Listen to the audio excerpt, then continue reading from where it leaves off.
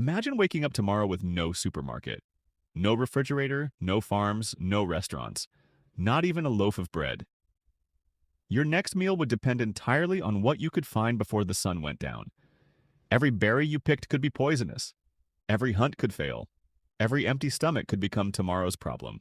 Most people imagine ancient humans eating giant mammoth steaks around a campfire every night. But that's almost certainly wrong. In fact, archaeological evidence suggests that for most prehistoric hunter-gatherers, meat wasn't an everyday certainty. In many places, it was an unpredictable bonus. The real daily menu was far more diverse and far more familiar than most of us realize. Once you see what ancient humans actually ate every day, you begin to understand why the human body still craves certain foods, and why some of our eating habits make far more sense than they first appear. Around 23,000 years ago, on the shores of what is now the Sea of Galilee in Israel, a small group of hunter-gatherers built simple huts beside the water. Today, archaeologists know this place as Ohalo II. The site is extraordinary because it was quickly buried beneath rising water, preserving thousands of fragile remains that usually disappear forever. When researchers excavated the camp, they expected to find mostly animal bones. Instead, they uncovered something else. More than 150 species of wild plants. Tiny grass seeds, edible roots, acorns, wild almonds, figs, berries, even grinding stones still carrying microscopic traces of flour-like starch. It suggested these people weren't simply eating whatever they happened to stumble across. They knew their landscape with astonishing precision. They understood which plants appeared in spring, which ripened during summer, which seeds could be stored, which roots survived winter underground. Their grocery store changed every season, but it never truly closed.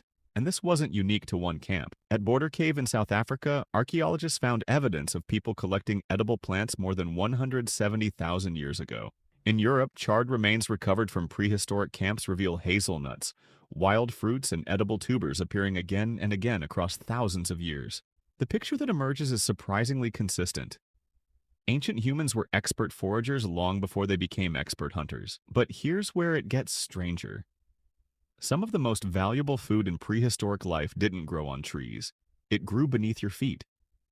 Across Africa, Europe, and Asia, hunter-gatherers relied heavily on underground storage organs, roots, bulbs, and tubers hidden below the soil. Unlike berries, they didn't disappear overnight. Unlike animals, they couldn't run away. During droughts or harsh winters, these hidden foods became natural emergency supplies. Anthropologist Richard Wrangham has argued that cooking these starchy plants may have transformed human evolution itself. Raw tubers are often difficult to digest, but place them beside a fire and something remarkable happens. Their starches soften. Calories become easier to absorb. The human body spends less energy digesting them while gaining more energy in return. Some researchers believe foods like these helped support the growing brains of early humans hundreds of thousands of years ago. Fire didn't simply make food taste better. It may have changed what it meant to be human. Except there was another source of food almost everyone overlooks. Water. Not just for drinking, for eating. Lakes, rivers, and coastlines were among the richest supermarkets prehistoric humans ever found. Long before fishing hooks became common, people gathered shellfish by hand, trapped fish in shallow pools, and collected freshwater mussels from riverbanks.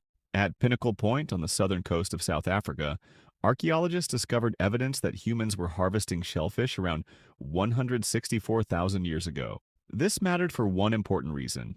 Shellfish rarely fought back.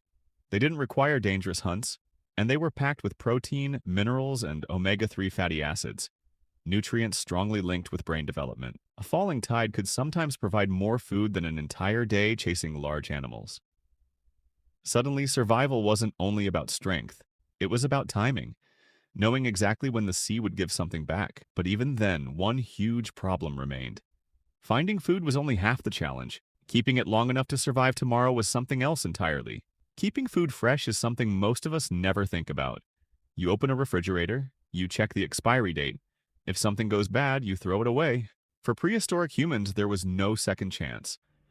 A successful hunt could provide hundreds of kilograms of meat, but without preserving it, much of it would rot within days. So they learned to work with nature instead of fighting it. At sites across Ice Age Europe, Archaeologists have found evidence that meat was sliced into thin strips before being dried in cold air or smoked over slow-burning fires. In freezing climates, winter itself became a natural freezer. In warmer regions, sunlight and moving air slowed spoilage enough to extend a meal for days or even weeks. Nothing was wasted. Marrow was cracked from bones using stone hammers because it was rich in fat, one of the most valuable nutrients a hunter-gatherer could find. Even today, marrow contains more calories per gram than lean meat. Bones were also boiled, not because they tasted good, because they released grease and collagen into the water. When food was scarce, every calorie mattered. But here's where another myth falls apart. Many people imagine prehistoric humans eating enormous feasts every single day. The evidence suggests the opposite. Studies of the Hadza hunter-gatherers of Tanzania, one of the few modern groups whose lifestyle still resembles ancient foraging, show that daily food intake changes constantly. Some days are abundant, others are surprisingly lean. That unpredictability was probably normal for most of human history. Your ancestors evolved expecting variation. Some days meant honey, fruit, and fresh meat. Other days meant roots, seeds, and almost nothing else.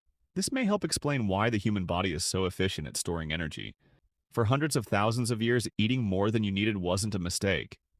It was insurance, because nobody knew when the next successful hunt would come. Except there was one food that stood above almost everything else: honey. Around 8,000 years ago, artists in the Cuevas de la Araña caves in Spain painted a remarkable scene. A person climbs a cliff using ropes while reaching into a wild bee nest as bees swarm around them. It is one of the oldest known images of honey collecting. But evidence suggests humans were harvesting honey long before that painting. Honey is almost pure energy. It requires no cooking, it rarely spoils, and for hunter-gatherers it was one of the sweetest rewards nature could offer. Among the Hadza today, honey can make up a significant part of the diet during certain seasons. Anthropologists believe similar patterns may have existed deep into prehistory. It wasn't just a treat, it was fuel. And finally, there were insects. To many people today, the idea sounds unpleasant, but from an evolutionary perspective, insects are simply another source of protein. Grasshoppers, termites, beetle larvae, ants. More than 2 billion people still eat insects around the world today, according to the Food and Agriculture Organization of the United Nations. They are rich in protein, healthy fats, and essential minerals. And unlike large animals, they require almost no energy to catch. For ancient humans, rejecting an easy source of nutrition would have made little sense. When you step back and look at all the evidence from Ohalo II in Israel to Pinnacle Point in South Africa, from microscopic starch grains trapped on stone tools to ancient cave paintings and fossilized food remains, a very different picture begins to appear. Prehistoric humans didn't survive because they were eating mammoths every night. They survived because they were adaptable. They knew hundreds of edible plants. They understood animal behavior.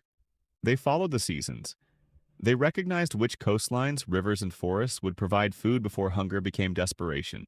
In other words, they weren't specialists. They were generalists. And perhaps that's the most remarkable part. The body you live in today was shaped by millions of meals that were never guaranteed. It evolved expecting uncertainty.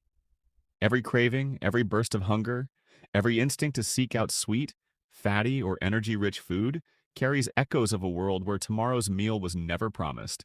Long before there were farms, supermarkets, or recipes, your ancestors had already mastered the most important survival skill of all, knowing that nature almost always had something to eat, if you knew where to look.